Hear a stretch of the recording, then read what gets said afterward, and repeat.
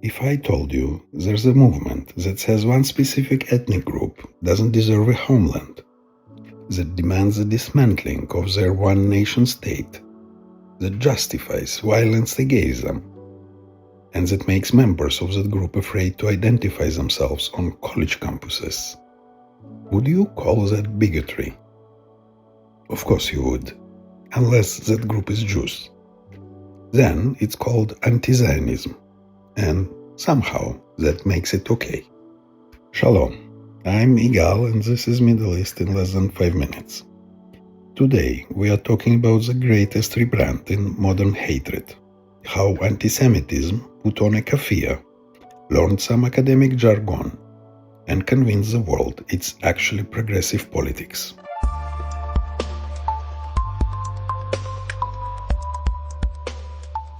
The old anti-Semitism was honest. Anti-Semitism used to be clear. Pogroms, blood libel, Jews will not replace us, synagogue shootings, vandalism, assault, the belief that Jews are subhuman, conspiratorial, and dangerous. It was ugly, it was obvious, and because it was obvious, society could condemn it. The Nazis didn't pretend they were just criticizing Jewish policy. The Cossacks didn't say they were anti-Zionists. The Inquisition didn't claim to support Palestinian rights. They hated Jews, and they said so. That kind of honesty was a downside though. When your hatred is that naked, people recognize it for what it is. They push back. They create laws. They build institutions to fight it. So anti-Semitism evolved. It got smarter. It learned to hide.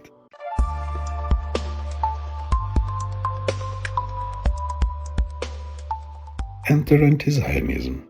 Anti-Semitism in a suit. Here's the trick. Take everything you hate about Jews, everything you've always said about Jews, then redirect it at Israel. Jews are scheming colonizers? Israel is a colonial project. Jews control the media and government? The Israel lobby controls Washington.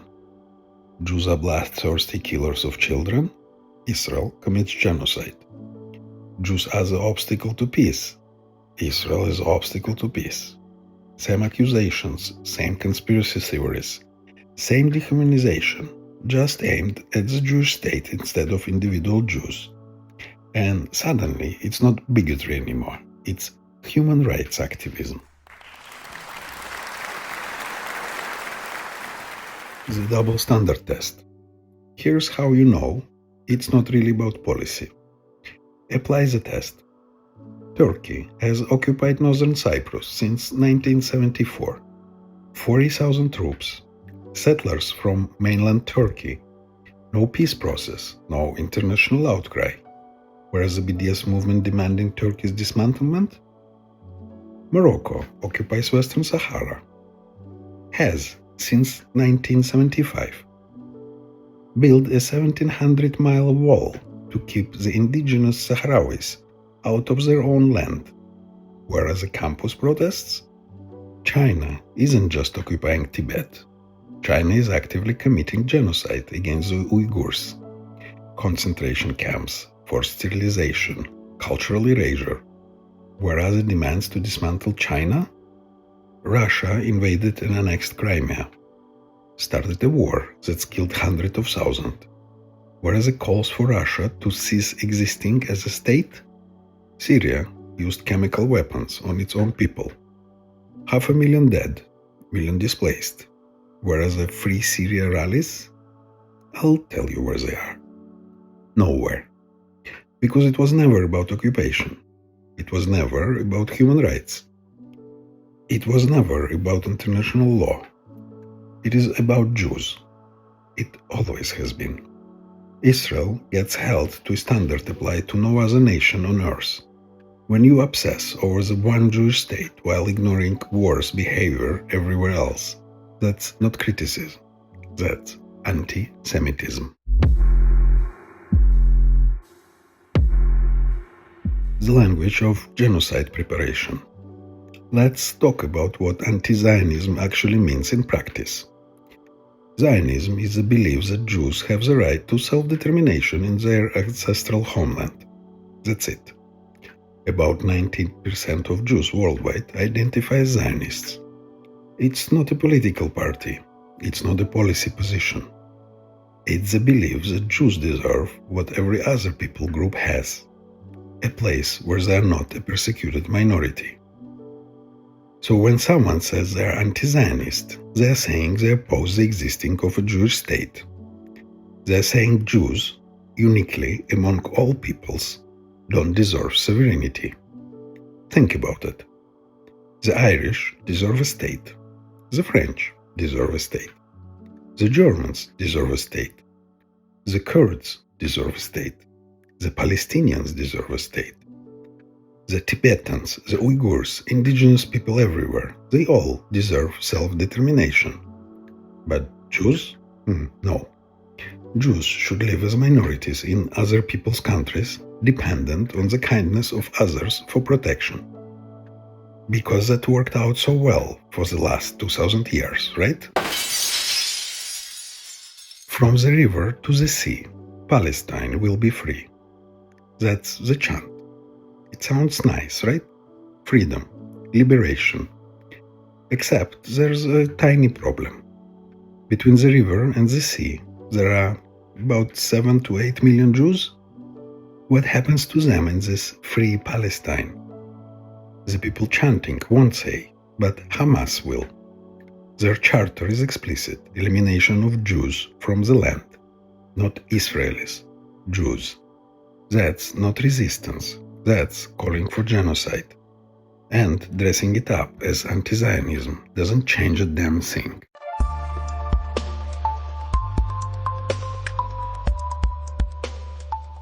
When criticism becomes anti-Semitism. Here's the thing. Criticizing Israeli government policy is not anti-Semitic. Disagreeing with settlements, debating military tactics, questioning Netanyahu's leadership, none of that is anti-Semitic. What is anti-Semitic? Making it about Jewishness. George Soros is a perfect example. The man funds organizations many people legitimately disagree with. Open border groups, progressive prosecutors who won't enforce laws. You can criticize that, you can argue about his influence, that's fair game.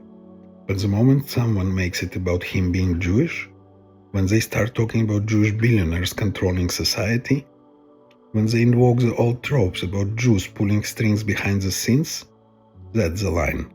That's when criticism becomes anti-Semitism. Same with Jeffrey Epstein.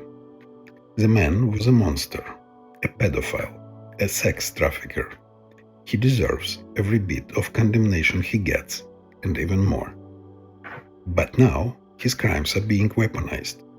People are using his Jewish identity to revive blood libel. The ancient lie that Jews harm children.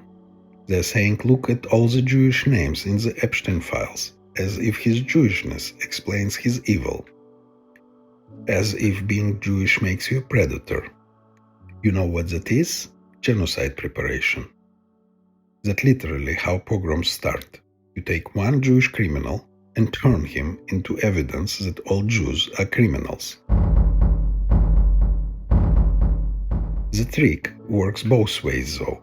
Legitimate criticism of powerful people who happen to be Jewish gets shut down by crying anti-Semitism when ethnicity was never even mentioned. And actual anti-Semitism gets excused when it hides behind "I'm just criticizing Israel" or "I'm just asking questions about powerful people." Both are wrong. Both poison the discourse. Both make it impossible to have honest conversations.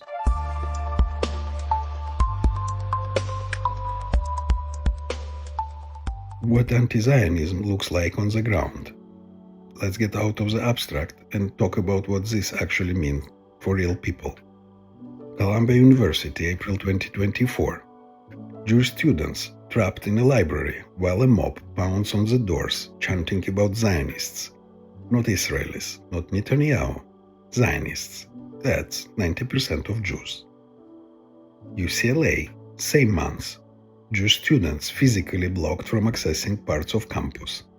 told they can't pass unless they denounce Israel. That's a purity test for Jews. Globalized Intifada chanted at rallies across America. The Intifada killed over 1,000 Israeli civilians in buses, cafes, and pizza shops. But it's fine. It's not anti-Semitic. It's anti-Zionist. Zionists don't deserve to live spray-painted on campus walls. Remember, Zionist equals 90% of Jews. But no worries, it's not a threat. It's just political speech. Jewish students getting spat on, assaulted, told to go back to Europe, even though more than half of Israeli Jews came from the Middle East and North Africa. Told they're colonizers, even though Jews are indigenous to the land. But none of this is anti-Semitism, it's all anti-Zionism. See how the rebrand works?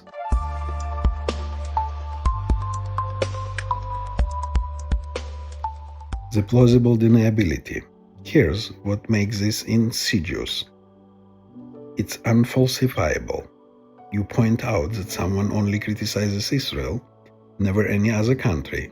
They say I'm allowed to focus on what I care about. You point out that they held Israel to standards they don't apply anywhere else. They say Israel should know better. You point out they deny Israel's right to exist while supporting every other nation's right to sovereignty. They say Israel is different because it's a settler colonial state. You point out that Jews are indigenous to the land with 3,000 years of continuous presence. They say that was too long ago. You point out that Jews were ethnically cleansed from every Arab country, that they are not Europeans but Middle Eastern refugees. They say Ashkenazi Jews are white. You point out that calling for Israel elimination means calling for what happens to 7 to 8 million Jews. They say we don't want to kill Jews, we just want to dismantle the Jewish state. As if there's a difference, as if Hamas makes this distinction, as if history makes that distinction. Every argument has a counter. Every example has an exception. Israel is uniquely evil, uniquely illegitimate, uniquely undeserving of existence. That's not criticism anymore. That's demonization. And demonization is the stage right before extermination.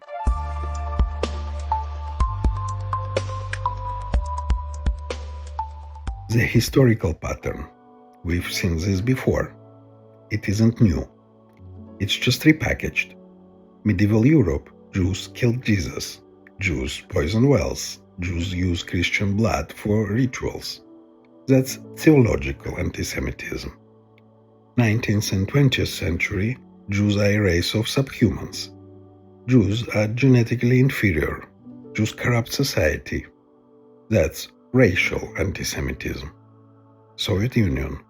Jews are Zionist agents. Jews are disloyal cosmopolitans. Jews are enemies of the people. That's political anti-Semitism. 2024. Zionists are colonizers. Zionists commit genocide. Zionists control the world. That's anti-Zionist anti-Semitism. Same hatred, different vocabulary, always aimed at whatever Jews are doing at the time. When Jews were stateless, they were hated for being ruthless cosmopolitans with no loyalty to any nation. Now, when Jews have a state, they are hated for being nationalist colonizers. When Jews were poor, they were despised as parasites. When Jews became successful, they were resented for controlling too much. When Jews were weak, they were slaughtered. When Jews became strong, they are condemned for defending themselves. The common denominator isn't Jewish behavior. It's the hatred itself. It's just looking for justification.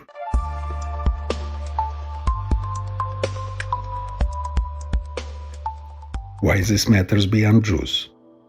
Here's the thing. This isn't just about Jews. This is about all of us. When you can rebrand hatred as justice, when you can disguise bigotry as activism, when you can make persecution sound progressive, you don't just threaten one group. You threaten the entire framework of truth. If anti-Zionism can mean I want to eliminate the Jewish state and I don't care what happens to the Jews living there, and that's considered acceptable political discourse, then language has no meaning. If holding one group to standards you don't apply to anyone else isn't considered bigotry, then the concept of bigotry is dead. If obsessing over the crimes, real or imagined, of one specific people while ignoring or excusing worse behavior from anyone else isn't prejudice, then prejudice doesn't exist. That's dangerous for everyone, because once you establish that it's okay to disguise hatred as politics, anyone can do it. Any group can be targeted. Any minority can be scapegoated. Today, it's Jews. Tomorrow, it's you. What needs to happen? We need to stop pretending that anti-Zionism is something other than what it is. If you deny one people, and only one people, the right to self-determination, that's bigotry. If you hold one nation, and only one nation, to an impossible standard, that's bigotry. If you justify violence against one group while condemning the same violence by others, that's bigotry. And if 90% of the people in that group are Jews, then it's anti-Semitism. Call it what it is. Stop letting hatred hide behind academic language and political slogans. The test is simple. Would you accept this rhetoric, these standards, these demands, if they were aimed at any other people? If the answer is no, then you know what you are looking at.